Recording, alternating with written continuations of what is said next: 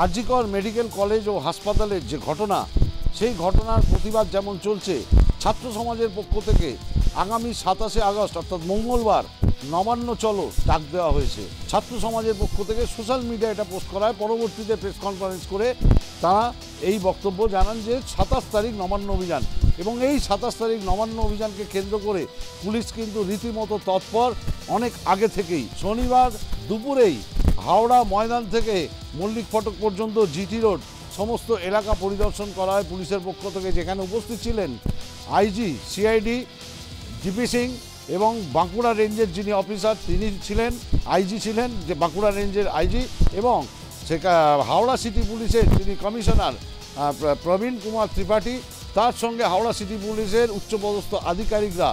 অতীতেও আমরা যে দেখেছি যে এই নবান্ন অভিযানকে কেন্দ্র করে যে ড্রেনের কোনা এক্সপ্রেসওয়ে সাঁতরাগাছির দিকে, সেখানে পুলিশের পক্ষ থেকে ব্যারিকেড করা হয়।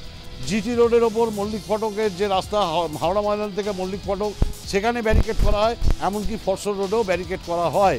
এক্ষেত্রে পুলিশের পক্ষ থেকে কেন পরিদর্শন করা হচ্ছে সেটা নির্দিষ্টভাবে না জানালেও তবে পরিষ্কার বোঝা যাচ্ছে যে নবান্ন অভিযান এবং নবান্ন অভিযানে যে মিছিল আসবে, যদি হাওড়া ময়দানের ওপর দিয়েই জিটি রোড ধরে নবান্ন অভিমুখে যায়, সেক্ষেত্রে কোথায় ব্যারিকেড করা হবে এবং নিরাপত্তা, ল অ্যান্ড অর্ডার অর্থাৎ আইন শৃঙ্খলা যাতে বিঘ্ন না হয় তার জন্যে পুলিশ কী কী ব্যবস্থা নিতে পারে আগাম, তারই যে পরিকল্পনা, সেই পরিকল্পনা মাফিকই এদিনের এই পরিদর্শন। হাওড়া থেকে শান্তনুকরণ, নিউজ টাইম।